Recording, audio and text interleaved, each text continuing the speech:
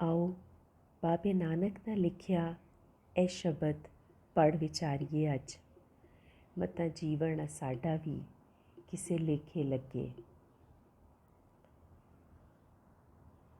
ਲੇਖੇ ਬੋਲਣ ਬੋਲਣਾ, ਲੇਖੇ ਬੋਲਣ ਬੋਲਣਾ, ਲੇਖੇ ਖਾਣਾ ਖਾਓ, ਲੇਖੇ ਵਾਟ ਚਲਾਈਆ, ਲੇਖੇ ਸੁਣ ਵਿਖਾਓ, ਲੇਖੇ ਸਾਹ ਲਵਾਈਐ, ਪੜ੍ਹੇ ਕੀ ਪੁੱਛਣ ਜਾਓ। ਬਾਬਾ ਮਾਇਆ ਰਚਨਾ ਧੋ, ਅੰਧੇ ਨਾਮ ਵਿਸਾਰਿਆ, ਨਾ ਤਿਸ ਏ ਨਾ ਓ। ਬਾਬਾ ਬੁਲਾਰਾ ਹੈ ਪਿਆਰ ਦੀ ਗੱਲ ਕਰਨ ਕੀਤੇ, ਆਦਰ ਵਾਸਤੇ ਵਰਤੀਂਦਾ ਹੈ ਬਾਬਾ ਦਾ ਲਫ਼ਜ਼। ਇੱਕ ਨੂੰ ਬੁਲਾਵਣ ਕੀਤੇ ਵੀ ਤੇ ਕੁੱਲ ਨੂੰ ਬੁਲਾਵਣ ਕੀਤੇ ਵੀ, ਕੱਲੇ ਕੱਲੇ ਨੂੰ ਜੋੜ ਕੇ ਇੱਕ ਕਰਨ ਹੀ ਕੰਮ ਹੋਇਆ ਸ਼ਬਦ ਦਾ। ਗੱਲ ਕਰਨ ਤੇ ਸੁਣਨ ਵਾਲੇ ਵਿਚਕਾਰ ਰਿਸ਼ਤਾ ਹੋਵੇ ਤਾਂ ਹੀ ਗੱਲ ਆਖੀ ਤੇ ਸਮਝੀ ਜਾਂਦੀ ਹੈ। ਬਿਨਾਂ ਰਿਸ਼ਤੇ ਦੇ ਜੋ ਵੀ ਆਖਿਆ ਸੁਣਿਆ ਜਾਵੇ ਉਹ ਅਸਰ ਨਹੀਂ ਕਰਦਾ। ਗੱਲ ਮਨ ਨਾ ਪੋਹੇ ਤਾਂ ਉਹ ਗੱਲ ਕੀ। ਮੀਆਂ ਮੁਹੰਮਦ ਬਖਸ਼ ਇਹ ਆਖਿਆ ਹੈ ਸੁਖਨ ਬਾਰੇ, ਸੁਖਨ ਭਲਾ ਜੋ ਦਰਦੋਂ ਭਰਿਆ, ਸੁਖਨ ਭਲਾ ਜੋ ਦਰਦੋਂ ਭਰਿਆ, ਬਿਨ ਦਰਦੋਂ ਕੁਝ ਨਹੀਂ। ਨੜਾਂ ਕਮਾਦਾਂ ਫਰਕ ਰੋਹ ਦਾ, ਨੜਾਂ ਕਮਾਦਾਂ ਫਰਕ ਰੋਹ ਦਾ, ਕਿਆ ਕਾਨੇ ਕਿਆ ਕਾਹੀਂ। ਬੋਲ ਉਹ ਹੈ ਜਿਸ ਵਿੱਚ ਦਰਦ ਹੋਵੇ, ਤੇ ਜਿਸ ਵਿੱਚ ਦਰਦ ਨਹੀਂ ਉਹ ਬੋਲ ਹੈ ਹੀ ਨਹੀਂ। ਜਿਵੇਂ ਨੜ ਤੇ ਕਮਾਦ ਵੇਖਣ ਵਿੱਚ ਇੱਕੋ ਹੈ, ਪਰ ਕਾਨਾ ਬੇਸੱਤ ਹੈ ਤੇ ਕਮਾਦ ਗੰਨਾ ਸੱਤ ਭਰਿਆ। ਦਰਦ ਚਮਦਾ ਹੈ ਅਪਨੈਤ ਦੇ ਸਾਂਗੇ ਪਾਰੋਂ, ਵਿਹਾਰੀ ਸਾਂਗੇ ਤਾਂ ਢੇਰ ਹਨ ਪਰ ਦਰਦੋਂ ਵਾਂਝੇ। ਜਿੱਥੇ ਦਰਦ ਸਾਂਝ ਹੀ ਨਹੀਂ ਜਿਉਂਦਿਆਂ ਵਿਚਕਾਰ, ਉੱਥੇ ਗੱਲ ਕਿਸੇ ਕੇ ਕਰਨੀ ਹੈ। ਫਰੀਦ ਦੁਆ ਦਿੰਦਾ ਹੈ ਸੰਗਤ ਆਏ ਸੰਗੀ ਨੂੰ, ਰੱਬ ਤੈਨੂੰ ਦਿਲ ਦਾ ਦਰਦ ਦੇਵੇ। ਵੇਖੋ ਕੀ ਭੇਤ ਏ ਫਰੀਦ ਦੀ ਦੁਆ ਵਿੱਚ। ਦੁਆ ਵਿੱਚ ਮੰਗੇ ਕੁਦਰਤ ਕਨੂੰ, ਜੋ ਇਸ ਮਾਇਆ ਬੱਚੀ ਬੇਹਿੱਸ ਹੋਂਦ ਨੂੰ ਦਰਦ ਸਾਰ ਥੀਵੇ। ਦਰਦ ਸਿਆਣਨ ਹਾਰੀ ਦਰਦ ਦਾ ਉਪਾ ਕਰੀ ਸੀ। ਫਰੀਦ ਦਰਦ ਰੀਤ ਦਾ ਸਾਂਭਣਹਾਰ ਹੋਇਆ। ਫਰੀਦ ਹਸਤੀ ਨੂੰ ਮਾਇਆ ਦੀ ਕੈਦੋਂ ਉਧਾਰ ਕੇ ਦਰਦ ਅਹਿਸਾਸ ਨਾਲ ਜੋੜਿਆ ਏ। ਦਿੱਲੀ ਵਰਗੇ ਵੱਡੇ ਸ਼ਹਿਰ ਤੋਂ ਅਜੋਧਨ ਦਾ ਪੰਥ ਦਰਦ ਸਿਆਣ ਨੇ ਹੀ ਕਰਵਾਇਆ ਫਰੀਦੀ ਪੈਰਾਂ ਨੂੰ। ਦਰਦ ਤਾਂ ਸਹੀ ਹੁੰਦਾ ਹੈ ਜੀਵਨ ਸਾਂਝ ਪਾਰੋਂ, ਰਿਜ਼ਕ ਉਪਾਵਣ ਤੇ ਵੰਡ ਖਾਵਣ ਪਾਰੋਂ। ਜਿਸਨੇ ਸਿਆਲ ਉਨਾਲ ਆਪਣੇ ਤਨ ਉੱਪਰ ਜਰਿਆ ਹੈ, ਉਹੀ ਦਰਦ ਜਾਣਦਾ ਹੈ ਸੀਤ ਠਾਰ ਦਾ ਤੇ ਤਪਦੀਆਂ ਲੋਵਾਂ ਦਾ। ਜੋ ਹੱਥ ਜੇਠ ਹਾੜ ਦੀ ਤਪਤੀ ਗਰਮੀ ਵਿੱਚ ਬਲਦੇ ਤੰਦੂਰ ਅੰਦਰ ਰੋਟੀ ਲਾਉਂਦੇ ਹਨ, ਉਹਨਾਂ ਦਾ ਦਰਦ ਠੰਡੇ ਕਮਰੇ ਵਿੱਚ ਬਹਿ ਕੇ ਰੋਟੀ ਖਾਵਣ ਵਾਲੇ ਨੂੰ ਸਹੀ ਨਹੀਂ ਹੁੰਦਾ। ਮਾਇਆ ਬਣੀ ਹੈ ਬੇਹਿੱਸੀ ਪਾਰੋਂ। ਮਾਇਆ ਕੀ ਹੈ? ਧਨ, ਮਾਲ। ਨਿਮਾਣੇ ਹੱਥਾਂ ਦੀ ਕਰਨੀ ਬੱਝ ਕੇ ਹੀ ਧਨ ਮਾਲ ਬਣਿਆ ਹੈ। ਕਰਨਹਾਰ ਦੀ ਕਰਨੀ ਉੱਤੇ ਖੱਸਣਹਾਰ ਦੀ ਮਲ ਦਾ ਇੱਕ ਰੂਪ ਹੈ ਧਨ। ਨਿਮਾਣੀ ਖਲਕਤ ਦੀ ਕਰਨੀ ਉੱਪਰ ਮਲ ਮਾਰਨ ਗਿੱਜਾ ਮਲਵਾਨ ਕੁਦਰਤ ਕਰਨੀ ਉੱਪਰ ਵੀ ਮਲ ਮਾਰ ਬੈਠਾ ਹੈ। ਇਸ ਸ਼ਬਦ ਦਾ ਰਹਾਉ ਇਹੀ ਦਸੇਂਦਾ ਹੈ ਮਤਾ ਪਿਆਰ ਬੁਲਾਰੇ ਨਾਲ। ਬਾਬਾ ਮਾਇਆ ਰਚਨਾ ਤੋਂ ਅੰਧੇ ਨਾਮ ਵਿਸਾਰਿਆ, ਨਾ ਤਿਸ ਇਹ ਨਾ ਉਹ। ਰਚਨਾ ਹੈ ਸਿਰਜਣਾ, ਕਲਚਰ, ਆਰਟ। ਮਾਇਆ ਜੋ ਅਸਲ ਨਹੀਂ, ਫਰੇਬ, ਮੋਹ, ਧੋਖਾ ਤੇ ਦੌਲਤ ਵੀ। ਇਹ ਮਲ ਵਿਹਾਰ ਵੀ ਮਾਇਆ ਹੈ ਤੇ ਇਸ ਦਾ ਉਪਜਾਵਨ ਵੰਡਣ ਦਾ ਢੰਗ ਵੀ ਮਾਇਆ ਸਮਝੋ। ਮਾਇਆ ਦੀ ਰਚੀ ਹਰ ਰਚਨਾ ਧੋਖਾ ਹੈ। ਮਾਇਆ ਆਪ ਧੋਖਾ ਹੋਈ ਤੇ ਧੋਖੇ ਦੀ ਸਿਰਜਣਾ ਵੀ ਧੋਖਾ ਹੀ ਹੁੰਦੀ ਹੈ। ਮਾਇਆ ਰਚੀ ਰਚਨਾ ਵੇਖ ਕੇ ਭੁੱਲਣਹਾਰ ਅੱਖੀਆਂ ਠੱਗੀਆਂ ਜਾਂਦੀਆਂ ਹਨ। ਇਹ ਤੇ ਉਹ ਵਰਤੀਂਦਾ ਹੈ ਨੇੜ ਤੇ ਦੂਰ ਲਈ, ਜਾਂ ਫਿਰ ਅੱਜ ਤੇ ਭਲਕ ਲਈ। ਉਹ ਰਚਨਾ ਜਿਸ ਦਾ ਜੋੜ ਆਪਣੀ ਵਾਰ ਨਾਲ ਨਾ ਹੋਵੇ, ਜੋ ਕਰਨੀ ਆਪਣੇ ਲੰਘੇ ਕੱਲ ਵਿੱਚੋਂ ਆਪਣਾ ਅੱਜ ਤੇ ਆਉਂਦੀ ਭਲਕ ਨਾ ਖੋਲ ਵਿਖਾਵੇ, ਉਹ ਤਾਂ ਕੂੜ ਹੀ ਹੈ। ਵਾਰ ਦਾ ਲਫ਼ਜ਼ ਇੱਥੇ ਤਾਰੀਖ ਦੇ ਮਾਨਿਆਂ ਵਿੱਚ ਵਰਤੀਜਾ ਹੈ। ਹਿਸਟਰੀ ਆਖ ਲਵੋ ਭਾਵੇਂ। ਸੱਚ ਵਿੱਚ ਤਾਂ ਇਹ ਉਹ ਦੀ ਵੰਡ ਹੁੰਦੀ ਕੋਈ ਨਹੀਂ।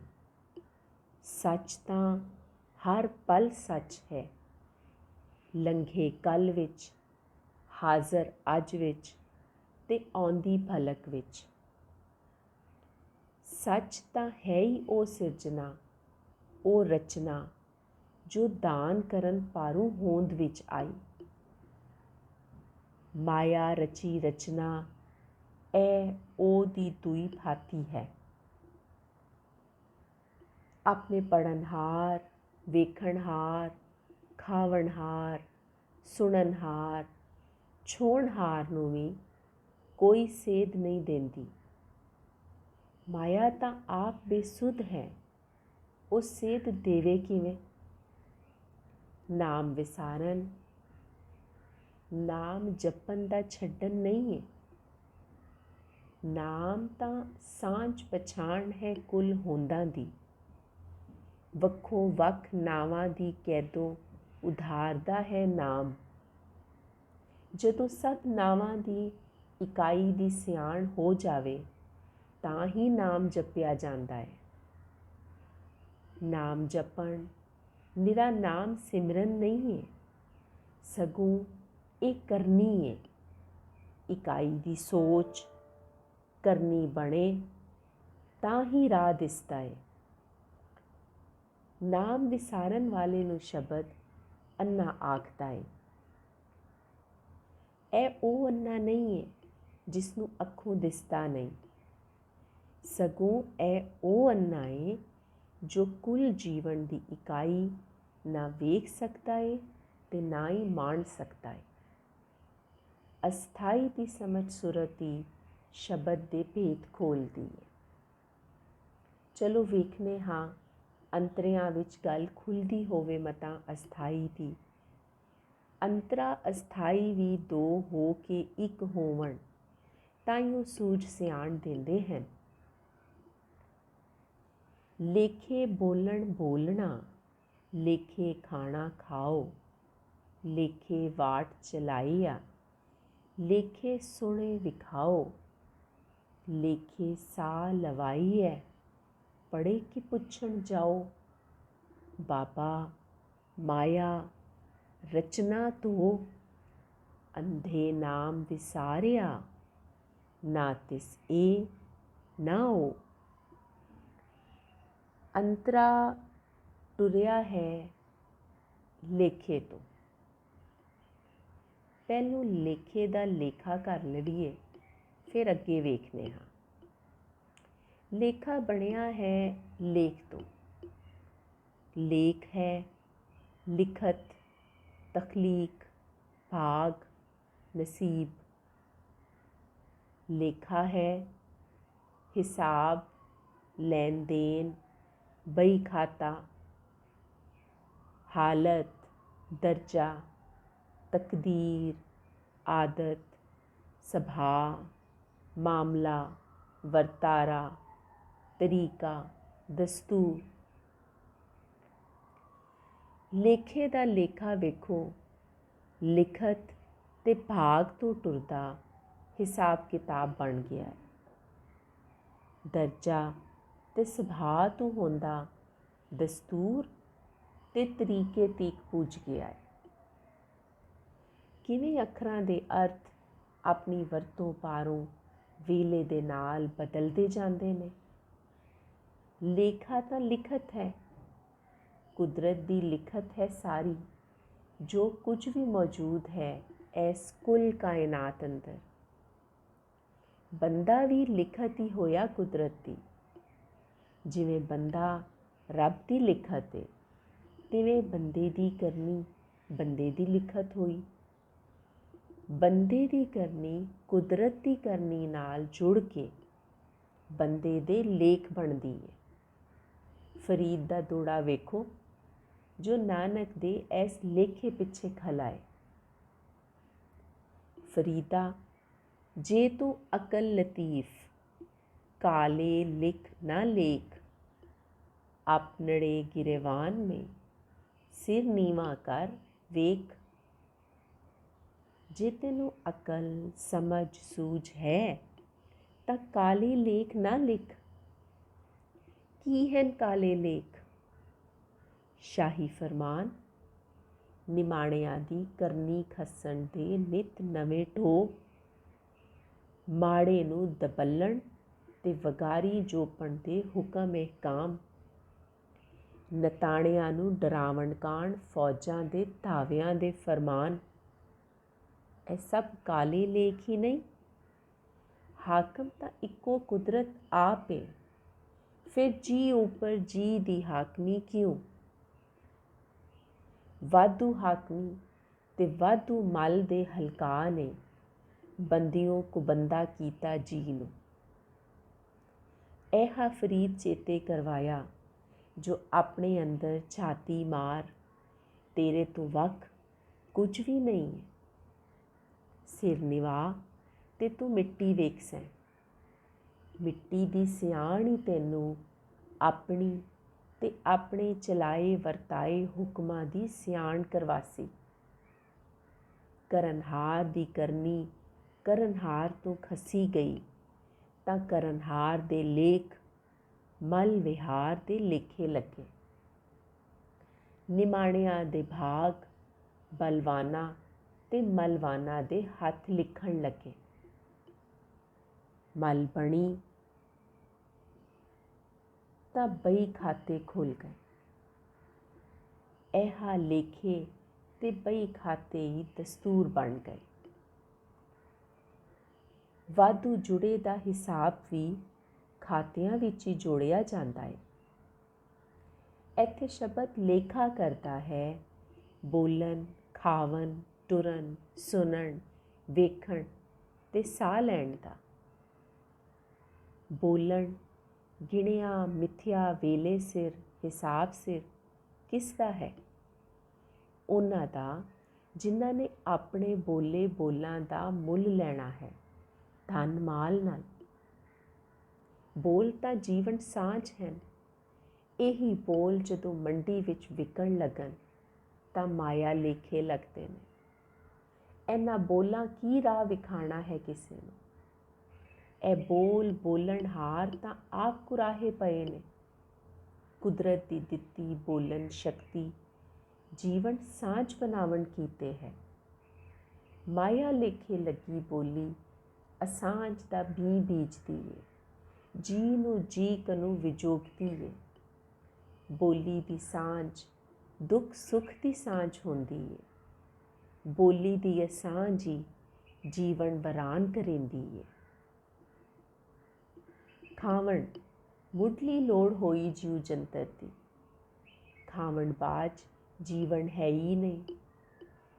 ਖਾਵਣ ਦਾ ਲੇਖਾ ਕਰਦਾ ਏ ਸ਼ਬਦ। ਪੁੱਛਦਾ ਇਹ ਹੈ ਸ਼ਬਦ ਦੀ, ਜੋ ਖਾਵਣ ਲੋੜਦਾ ਹੈ ਜਾਂ ਲੋੜੋਂ ਵੱਧ। ਖਾਵਣ ਲੇਖੇ ਲਿਖਣ ਵਾਲਿਆਂ ਦਾ ਹੋਰ ਤੇ ਲੇਖ ਲਿਖਾਵਣ ਵਾਲਿਆਂ ਦਾ ਹੋਰ ਹੋਇਆ। ਕਰਨਹਾਰ ਤਾਂ ਕਸ਼ਟ ਕੱਟ ਕੇ ਖਾਂਦਾ ਹੈ ਤੇ ਮਾਲਕ ਹਾਕਮ ਆਪਣਾ ਵਹੀ ਖਾਤਾ ਭਰ ਕੇ ਖਾਂਦਾ ਹੈ। ਜੀ ਦਾ ਢਿੱਡ ਤਾਂ ਲੋੜੀਂਦਾ ਖਾ ਕੇ ਭਰੀਚ ਵਹਿੰਦਾ ਹੈ, ਪਰ ਵਹੀ ਖਾਤੇ ਦਾ ਢਿੱਡ ਕਿਦਾਈ ਨਹੀਂ ਭਰੀਂਦਾ। ਵਾਟ ਦਾ ਲੇਖਾ ਹੈ ਸ਼ਬਦ ਵਿੱਚ। ਵਾਟ ਰਾਹ ਹੈ, ਰਸਤਾ। ਮਲ ਵਿਹਾਰ ਦੀ ਮੰਜ਼ਿਲ ਇੱਕੋ ਹੈ, ਲਾਹਾ। ਰਾਹ ਜੋ ਵੀ ਹੋਵੇ ਪੁਜਾਵੇ ਉਥਾਈਂ, ਜਿੱਥੇ ਮਲ ਵਿੱਚ ਵਾਧਾ ਹੋਵੇ। ਮਲ ਮਾਰੀ ਦੀ ਵਾਟ ਵੱਖਰੀ ਏ। ਜੀ ਨੂੰ ਜੀ ਕਨੂੰ ਤਰੋੜ ਕੇ ਲਾਹਾ ਜੁੜਦਾ ਏ।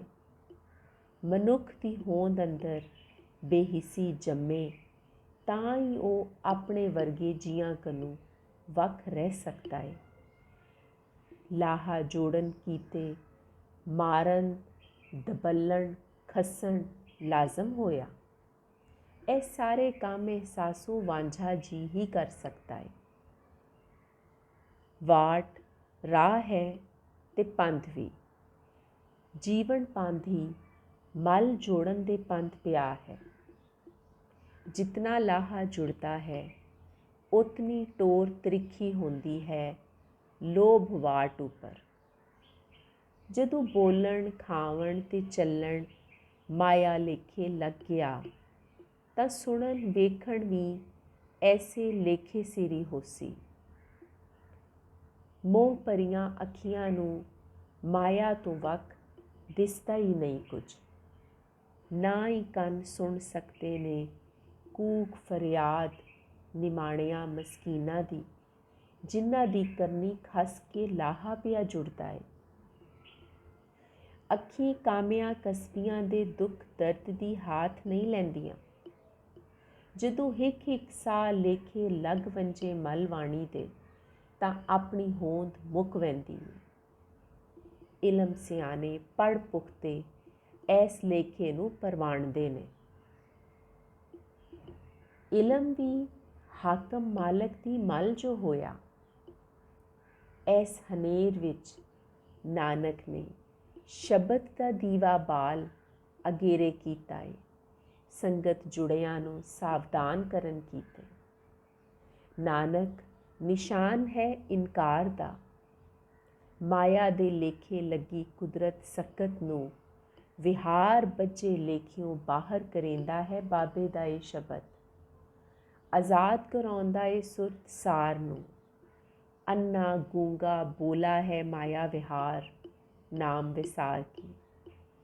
ਨਾਮ ਨੂੰ ਚੇਤੇ ਰੱਖਦਾ ਤਾਂ ਇਸ ਦਾ ਬੋਲਣ ਸੁਣਨ ਕਰਨ ਖਾਵਣ ਚੱਲਣ ਤੇ ਚਲਾਵਣ ਹਿੱਕ ਹੁੰਦਾ। ਮਾਇਆ ਦੀ ਸਾਰੀ ਰਚਨਾ ਠੱਗੀ ਹੈ। ਠੱਗੀ ਤੇ ਧਰੋਹ ਦੇ ਨਾਲ ਜੁੜਿਆ ਹੈ ਇਹ ਸਭ ਰੰਗ। ਜੀਵਨ ਮਰਨਾ ਜਾਏ ਕੇ ਇੱਥੇ ਖਾਜੇ ਕਾਲ। ਜਿੱਥੇ ਬਹਿ ਸਮਝਾਈ ਹੈ ਤਿੱਥੇ ਕੋਏ ਨਾ ਚੱਲਿਓ ਨਾਲ। ਰੋਵਣ ਵਾਲੇ ਜੇਤੜੇ ਸਭ ਬੰਨ੍ਹੇ ਪੰਡ ਪਰਾਲ। ਬਾਬਾ ਮਾਇਆ ਰਚਨਾ ਤੋਂ ਅੰਧੇ ਨਾਮ ਵਿਸਾਰਿਆ ਨਾ ਤਿਸ ਇਹ ਨਾ ਉਹ। ਇਹ ਅੰਤਰਾ ਵੇਖੋ ਕਿਸ ਸੋਹਣੇ ਢੰਗ ਨਾਲ ਜੀਵਨ ਦਾ ਕੋਝ ਵਿਖਾਉਂਦਾ ਹੈ। ਖਾਜਾ ਖਾਵਣ ਦਾ ਸਮਾਨ ਹੈ ਤੇ ਖਾਜੇ ਦਾ ਮਤਲਬ ਖਾਧਾ ਜਾ ਰਿਹਾ ਹੈ। ਕਾਲ ਵੇਲਾ ਏ, ਔਖਾ ਵੇਲਾ ਵੀ ਤੇ ਮੌਤ ਵੀ। ਇੱਥੇ ਜੰਮਦਾ ਹੈ ਮਨੁੱਖ ਤੇ ਉਸ ਨੂੰ ਜੀਵਨ ਮਿਲਦਾ ਏ ਮਰਨ ਕੀਤੇ। ਜਾਂ ਇੰਝ ਵੀ ਪੜ੍ਹ ਸਕਦੇ ਹਾਂ, ਜੋ ਜੰਮਣ ਪਾਰੂ ਜੋ ਜੀਵਨ ਮਿਲਿਆ, ਉਸ ਨੂੰ ਵੇਲੇ ਦੀ ਔਖਤ ਪਈ ਖਾਉਂਦੀ ਏ। ਜਾਂ ਜੀਵਨ ਨਿਰਾ ਮੌਤ ਕਹਾਣੀ ਹੈ। ਜੀਵਨ ਜੇ ਨਾਮ ਦੇ ਸੰਗ ਹੋਵੇ ਤਾਂ ਮਨੁੱਖ ਜੀਵਨ ਹੰਡਾਉਂਦਾ ਏ, ਉਸ ਨੂੰ ਮੌਤ ਆਉਂਦੀ ਹੀ ਨਹੀਂ। ਜੇ ਜੀਵਨ ਨਾਮ ਵਿਹੂਣਾ ਏ ਤਾਂ ਉਹ ਬਸ ਮਰਨ ਕਹਾਣੀ ਜੰਮਿਆ ਏ। ਬਾਬੇ ਨਾਨਕ ਦੀ ਨਾਮ ਸਿਆਣ ਤੇ ਸੱਚ ਕਰਨੀ ਨੇ ਉਸ ਨੂੰ ਅੱਜ ਤੀਕ ਜਿਉਂਦਾ ਰੱਖਿਆ ਏ। ਜੀਵਨ ਕਰਨੀ ਪਾਰੂ ਜਿਉਂਦਾ ਏ, ਪਰ ਕਰਨੀ ਮਾਇਆ ਦੀ ਰਚੀ ਧੋਖੇਬਾਜ਼ੀ ਦੇ ਲੇਖੇ ਲੱਗ ਵੰਜੇ ਤਾਂ ਆਪਣੀ ਮੌਤ ਆਪ ਸਹੇੜਦੀ ਏ। ਜਿੱਥੇ ਵੀ ਜੀਵਨ ਦੀ ਅਸਲ ਸਮਝਾਵਣ ਕਾਣੇ ਗੱਲ ਕਰੀਦੀ ਏ, ਕੋਈ ਸੁਣਦਾ ਨਹੀਂ। ਰੋਵਣ ਹੈ ਅਫਸੋਸ ਕਰਨ, ਦੁੱਖ ਕਰਨ, ਸ਼ਿਕਾਇਤ ਕਰਨ, ਗਿਲਾ ਉਲਾਮਾ ਦੇਵਣ। ਪੰਡ ਹੈ ਢੇਰ, ਗੱਠੜ, ਭਾਰ ਤੇ ਹੀਜੜਾ ਖੁਸਰਾ ਵੀ। ਪਰਾਲ ਹੈ ਪਰਾਲੀ, ਛਿੱਲੜ, ਭੂਸਾ ਤੇ ਅਫਲ ਚੀਜ਼ ਵੀ। ਵੇਖੋ ਕਿਵੇਂ ਅਰਥਾਂ ਦੀ ਸਮਝ ਨੇ ਸ਼ਬਦ ਸਿਆਣ ਨੂੰ ਰੰਗੋ ਰੰਗ ਕੀਤਾ ਏ। ਇੱਕ ਅੱਖਰ ਦੇ ਕਈ ਅਰਥ ਹੁੰਦੇ ਨੇ। ਕਿਸ ਸ਼ਬਦ ਵਿੱਚ ਕਿਸ ਲਫ਼ਜ਼ ਦੇ ਕੀ ਅਰਥ ਨੇ, ਇਸ ਦੀ ਸਮਝ ਲਈ ਇੱਕ ਲਫ਼ਜ਼ ਦੇ ਸਾਰੇ ਅਰਥ ਜਾਣਨਾ ਲਾਜ਼ਮ ਏ। ਨਜਮ ਹੁਸੈਨ ਹਰ ਜੁਮੇ ਨੂੰ ਆਪਣੇ ਘਰ ਹੋਵਣ ਵਾਲੀ ਸੰਗਤ ਵਿੱਚ ਹਰ ਲਫ਼ਜ਼ ਦੇ ਸਾਰੇ ਅਰਥ ਵੱਖੋ ਵੱਖ ਅਰਥਾਲੀਆਂ ਵਿੱਚੋਂ ਇਕੱਠੇ ਕਰਕੇ ਲਿਖ ਵਰਤਾਉਂਦੇ ਨੇ। ਇਹਨਾਂ ਅਰਥਾਂ ਦੀ ਰੰਗਾ ਰੰਗੀ ਹੀ ਸ਼ਬਦ ਦੀ ਪੜ੍ਹਤ ਨੂੰ ਨਵਾਂ ਕਰੇਂਦੀ ਏ। ਰੋਵਣ, ਪੰਡ ਤੇ ਪਰਾਲੀ ਦੇ ਅਰਥਾਂ ਪਾਰੂ ਇਸ ਤੁਕ ਦੀ ਪੜ੍ਹਤ ਕਈ ਰੰਗਾਂ ਵਿੱਚ ਹੋ ਸਕਦੀ ਏ। ਜਿਤਨੇ ਵੀ ਗਿਲਾ ਸ਼ਿਕਵਾ ਕਰਨ ਵਾਲੇ ਨੇ ਉਹ ਅਫਲ ਦਾ ਢੇਰ ਨੇ, ਜਾਂ ਜੋ ਝੂਰਦੇ ਨੇ, ਅਫਸੋਸ ਕਰਦੇ ਨੇ, ਉਹ ਅੰਦਰੋਂ ਫੋਕੇ ਨੇ, ਜਿਵੇਂ ਖੁਸਰਾ ਹੁੰਦਾ ਏ। ਆਪਣੇ ਅੰਦਰ ਦਾ ਤੱਤ ਸੱਤ ਮੁੱਕਣ ਪਾਰੂ ਅਜਿਹੀ ਹੋਂਦ ਦਾ ਅੰਦਰ ਸੁੰਝਾਏ ਸਖਣਾ ਏ। ਅਜਿਹੀ ਹਸਤੀ ਉਪਜ ਨਹੀਂ ਕਰ ਸਕਦੀ। ਮਾਇਆ ਦੇ ਫਰੇਬ ਨੇ ਇਹਨਾਂ ਨੂੰ ਦੂਈ ਵਿੱਚ ਬੰਨ੍ਹਿਆ ਏ ਤੇ ਨਾਮ ਦੀ ਇਕਾਈ ਤੋਂ ਵੱਖਰਾ ਕਰਕੇ ਹਸਤੀ ਵਰਾਨ ਕੀਤੀ ਏ। ਸਭ ਕੋ ਆਖੇ ਬਹੁਤ ਬਹੁਤ, ਘੱਟ ਨਾ ਆਖੇ ਕੋਏ। ਕੀਮਤ ਕਿਨੇ ਨਾ ਪਾਇਆ, ਕਹਿਣ ਨਾ ਵੱਡਾ ਹੋਏ। ਸਾਚਾ ਸਾਹਿਬ ਏਕੋ ਤੂ, ਹੋ ਜੀਆ ਕੇਤੇ ਲੋ।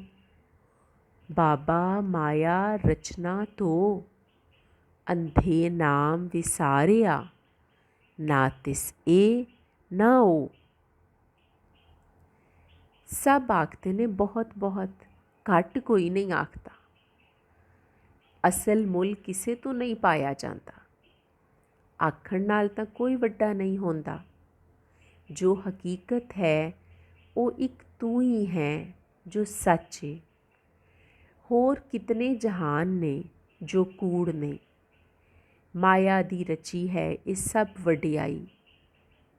ਮਾਇਆ ਦੀ ਮੰਗ ਵਾਧੂ ਦੀ ਹੈ, ਬਹੁਤ ਹੋਰ ਵੀ ਏ। ਘੱਟ ਤਾਂ ਘਾਟਾ ਹੋਇਆ ਜੋ ਮਾਇਆ ਦਾ ਉਲਟ ਹੈ। ਮਾਇਆ ਤਾਂ ਬਣਦੀ ਹੀ ਜੋੜਨ ਪਾਰੂ ਹੈ ਤੇ ਦੇਣ ਪਾਰੂ ਘਟਦੀ ਏ। ਸੋ ਇਸ ਮਾਇਆ ਦਾ ਵਾਧਾ ਉਹੋ ਹੀ ਮੰਗਦਾ ਏ ਜੋ ਧੋਖੇ ਵਿੱਚ ਏ। ਕੁਦਰਤ ਜੋ ਗੁਣ ਦਿੱਤੇ ਉਹ ਤਾਂ ਨਾਮ ਚਿਤਾਰਨ ਕੀਤੇ ਆਹੇ। ਉਹ ਗੁਣ ਮਾਇਆ ਦੀ ਸੋਭਾ ਲੇਖੇ ਲੱਗੇ। ਗੁਣ ਦੇਵਨਹਾਰ ਵਿਸਰ ਗਿਆ ਤਾਂ ਗੁਣਾਂ ਦੀ ਵਰਤੋਂ ਵੀ ਵਿਸਰ ਗਈ। ਅਜਿਹਾ ਵਿਹਾਰ ਜਿਸ ਵਿੱਚ ਮਾਇਆ ਦੀ ਚੜ੍ਹਤ ਏ, ਮਲਵਾਣ ਦੀ ਵਡਿਆਈ ਏ, ਜਿੱਥੇ ਕੂੜ ਕਰਨੀ ਪ੍ਰਧਾਨ ਏ, ਉੱਥੇ ਨਾਨਕ ਆਪਣਾ ਆਪ, ਆਪਣੀ ਪਛਾਣ ਨਿਮਾਣਿਆਂ ਵਿੱਚ ਪਛਾਣੀ ਏ। ਨੀਚਾਂ ਅੰਦਰ ਨੀਚ ਜਾਤ, ਨੀਚੀ ਹੂ ਅਤ ਨੀਚ, ਨਾਨਕ ਤਿਨ ਕੇ ਸੰਗ ਸਾਥ, ਵੱਡਿਆ ਸਿਉ ਕਿਆ ਰੀਸ। ਜਿੱਥੇ ਨੀਚ ਸੰਭਾਲੀਅਨ, ਤਿੱਥੇ ਨਦਰ ਤੇਰੀ ਬਖਸ਼ੀਸ। ਬਾਬਾ ਮਾਇਆ ਰਚਨਾ ਧੋ, ਅੰਧੇ ਨਾਮ ਵਿਸਾਰਿਆ, ਨਾ ਤਿਸ ਇਹ ਨਾ ਉਹ। ਮਾਇਆ ਦੀ ਮਲ ਮਾਲਕੀ ਨੇ ਦਰਜੇ ਬੰਦ ਸਮਾਜ ਬਣਾਇਆ ਏ। ਮਾਇਆ ਦੇ ਰਚੇ ਵਿਹਾਰ ਨੇ ਜਾਤ ਪਾਤ ਵਿੱਚ ਵੰਡਿਆ ਖਲਕਤ ਨੂੰ। ਉੱਚ ਜਾਤੀ ਨੂੰ ਹਾਕਮ ਤੇ ਨੀਵੀਂ ਜਾਤ ਨੂੰ ਮਹਿਕੂਮ ਬਣਾਇਆ। ਨੀਚ ਆਖ ਕੇ ਜਿਸ ਨੂੰ ਸਮਾਜ ਨੇ ਰੱਦਿਆ ਏ, ਉਹ ਮਾੜਾ ਨਿਮਾਣਾ ਕਮੇਰ ਮੇਲ ਏ। ਕਿਆ ਸੋਹਣਾ ਜੋੜ ਜੋੜਿਆ ਏ ਬਾਬੇ ਨਾਨਕ ਨੇ, ਜਿਸ ਨੀਚ ਨੂੰ ਵਡਿਆਇਆ ਏ। ਨੀਚ ਦੀ ਦੁਹਰਾਈ ਜਿਵੇਂ ਐਲਾਨ ਬਣੀ ਏ, ਨਿਮਾਣੇ ਦਾ ਮਾਣ ਬਣੀ ਏ। ਨੀਚਾਂ ਅੰਦਰ ਨੀਚ ਜਾਤ, ਨੀਚੀ ਹੋ ਅਤ ਨੀਚ। ਨਿਮਾਣੇ ਕਮੇਰ ਮੇਲ ਵਿੱਚ ਜੋ ਸਭ ਤੋਂ ਹੇਠਲੀ ਜਾਤ ਏ, ਉਸ ਤੋਂ ਵੀ ਹੇਠਾਂ ਜੇ ਕੋਈ ਹੈ ਤਾਂ ਉਸ ਦਾ ਸੰਗ ਏ ਨਾਨਕ। ਵੱਡੇ ਉੱਚੇ ਮਾਨ ਗੁਮਾਨ ਦੇ ਸ਼ਿਮਲੇ ਬਦਿਆਂ ਨਾਲ ਨਾਨਕ ਦੀ ਕੋਈ ਰੀਸ ਨਹੀਂ। ਰੀਸ ਆਮ ਵਰਤੀਂਦਾ ਏ ਨਕਲ ਦੇ ਮਾਨਿਆਂ ਵਿੱਚ। ਬਾਬਾ ਸ਼ਬਦ ਅੰਦਰ ਸੁਰਤ ਜਗਾਉਂਦਾ ਏ। ਜੋ ਰੀਸ ਕਰਨੀ ਏ, ਨਕਲ ਹੀ ਕਰਨੀ ਏ, ਤੇ ਉਹਨਾਂ ਦੀ ਕਰੋ ਜਿਨ੍ਹਾਂ ਨੂੰ ਨੀਚ ਆਖ ਕੇ ਰੱਦਿਆ ਏ ਤੁਸਾਂ ਮਾਇਆ ਦੇ ਦਿੱਤੇ ਹੰਕਾਰ ਭਾਰੂ।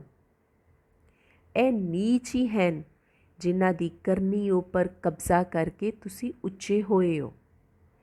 ਜਿੱਥੇ ਕਰਨਹਾਰ ਦੀ ਆਦਰ ਕੀਤੀ ਜਾਂਦੀ ਏ, ਉੱਥੇ ਕੁਦਰਤ ਦੀ ਮਿਹਰ ਹੁੰਦੀ ਏ।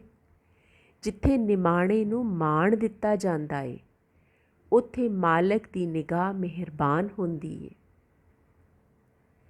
ਮਾਇਆ ਦੇ ਧੋਖੇ ਵਿੱਚ ਫਾਤੇ ਨੂੰ ਨਾਮ ਵਿਸਰ ਜਾਂਦਾ ਏ। ਅਜਿਹਾ ਮੂਰਖ ਨਾਮ ਤਾਂ ਜਪਦਾ ਏ, ਪਰ ਨਾਮ ਦੇ ਅਰਥ ਨਹੀਂ ਜਾਣਦਾ। ਨਾਮ ਸਿਆਣਨ ਵਾਲਾ ਜਿਉਂਦੇ ਜੀਆਂ ਨੂੰ ਜੂ ਜਾਤ ਧਰਮ ਵਿੱਚ ਨਹੀਂ ਵੰਡਦਾ। ਨਾਮ ਇਕਾਈ ਏ।